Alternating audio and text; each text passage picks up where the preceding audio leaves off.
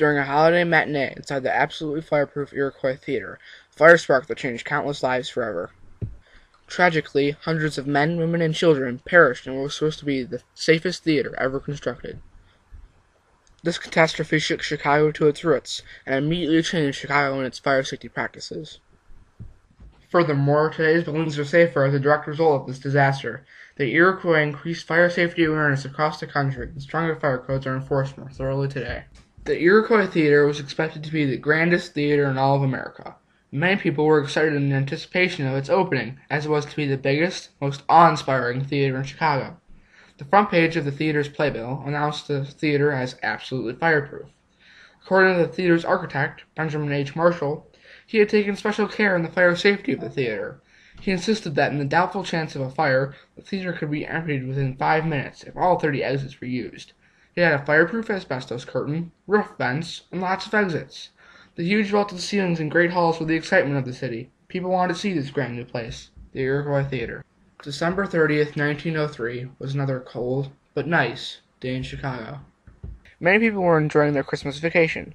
It was a perfect time to enjoy a matinee performance in the new theater. Around 2,000 people crowded into the Iroquois Theatre that afternoon. Mr. Bluebeard, a popular play, had been showing in the theater since opening night, but attendance had been low due to bad weather and other factors. This performance drew a much larger crowd. The audience, mainly consisting of women and children, filled the Iroquois.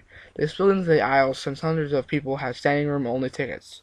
An usher estimated that there were 500 more people in attendance than the theater capacity permitted. At 3:15 p.m., during the start of the second act, Pale Moonlight, an arc light caught a piece of fabric on fire. The workers backstage tried to put out the fire with tubes of Kill Fire, a chemical used to put out chimney fires. They did not succeed in putting out the fire, and it started to spread along the highly flammable curtains and draperies in the rafters. In his dressing room, the lead actor, Eddie Foy, heard shouts coming from the stage that he knew were not part of the show. He ran up onto the stage and saw the fire and the audience, who were starting to panic. When later asked about the experience, he said, "It struck me as I looked out over the crowd during the first act that I had never before seen so many women and children in the audience." Eddie rushed to find his 6-year-old son Brian, who was attending the show, and put him in the hands of one of the actors. Courageously, Eddie returned to the stage and told the audience, "Keep very quiet. It is all right. Do not get excited and don't stampede. It is all right." In a further attempt to calm the audience, Eddie then told the orchestra to keep playing, as he reminded the audience to go out slowly. Eddie shouted for the asbestos curtain to be lowered to cut the stage fire off from the audience. By this time, the singing and dancing on stage had stopped, and smoke was filling the Iroquois. The curtain started to lower, but stopped abruptly on one side, still feet from the ground, leaving a large gap in the curtain between the audience and the flaming stage. The curtain was caught on a light apparatus that should have been pushed back against the wall in the previous scene. Many people on the ground level listened to Eddie's calming words, and walked back towards the entrance on Randolph Street where they had come in. However, people on the upper balconies had a harder time getting out with the narrow staircases and long aisles. The panic in everyone's mind started to grow as smoke kept filling the theater. Backstage, someone opened a large door normally used to bring in scenery, and a great gust of the cold winter air pushed the fire that was mainly on the stage out under the asbestos curtain. The fireball should have been drawn up to the roof vents, but since they had never been completely installed, they were still fastened shut. Therefore, the inferno blasted up into the balcony, incinerating many audience members in their seats. The lights went out, and screams of terror could be heard from the burning victims and the rest of the panicked audience. Eddie Foy finally gave up and rushed out into the alley, the last person on stage to make it out. The mob trampled each other in an attempt to reach an exit. They were horrified to see iron gates block many of the hallways. The gates, put in place to stop people from sneaking to cheaper seats, were tightly shut and locked. The people who first reached the gates could not go back because of the massive people behind them, who trampled them only to learn of the gates themselves. People on upper levels who got to the fire escape doors found that some were bolted with a strange and unfamiliar European lock. The doors were installed to open inwards instead of out, and could not be opened because of the chaos and push from the panicked crowd. Many were trampled, and still others fell to smoke inhalation as they tried to climb over the bodies to an exit. Some got the doors open only to see an unfinished icy fire escape. There was no way down other than falling 60 feet to the icy pavement of the alley below. People jumped to their deaths, and some were pushed off the fire escape by the mass of people. Over 200 died here, and it is now known as Death Alley. By 3:30, the fire department was finally notified and they arrived at the scene. They got the fire under control quickly and found the Iroquois to have only minimal structural damage. Police and firemen started removing the dead from the building and were horrified by what they saw. Corpses were piled 10 bodies high around the doors and windows, and an estimated 575 died on the day of the fire. More than 30 died of injuries over the weeks following the fire. An exact death toll can never be gained because some bodies were removed from the Iroquois by grieving families before they could be counted. The shocked and grieving people of Chicago demanded answers.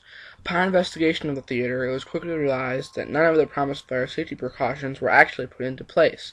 The Iroquois Theatre was built quickly and opened much earlier than expected.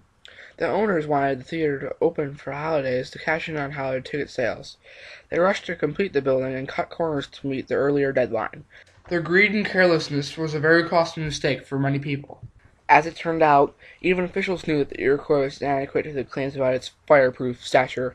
Patrick Jennings, the respected captain of the Chicago Fire Department, had made an inspection of the Iroquois before the fire. Jennings was surprised at what he discovered. There was no backstage telephone, no fire alarm system, and no sprinkler system. There were very few exit signs in the auditorium, and many exits were concealed by thick drapery. Jennings demanded to know why they lacked the necessary equipment.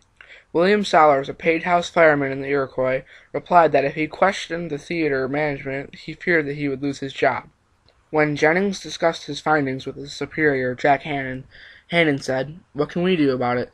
They have a fireman there, and they know all about it." In Chicago at the time, going above your superior amounted to getting fired. The discussion was over. As a result of the outraged citizens of Chicago, many people were accused or charged with crimes including Mayor Carter Harrison Jr., Davis and Powers, who were the co-owners, the management, and staff members of the Iroquois. However, most charges were dismissed 3 years later due to the delaying strategies of the owners' lawyers in court and the use of loopholes and other problems with Chicago's buildings and safety codes. The only person actually convicted was a tavern keeper charged with robbing the dead. This event had an immediate effect on the city of Chicago. After the fire, the mayor ordered all theaters in Chicago to be closed until they were thoroughly inspected. Many people were mourning their family members and had a great fear of fires occurring, and generally stayed at home when possible.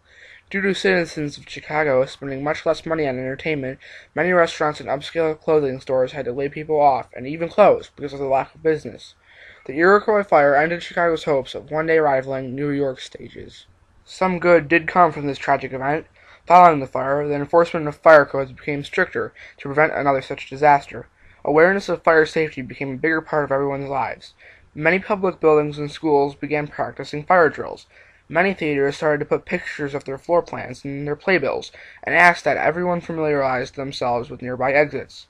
It became mandatory to use fireproof materials and paints for scenery. Another requirement was that exit doors open out and that exits remain unobstructed.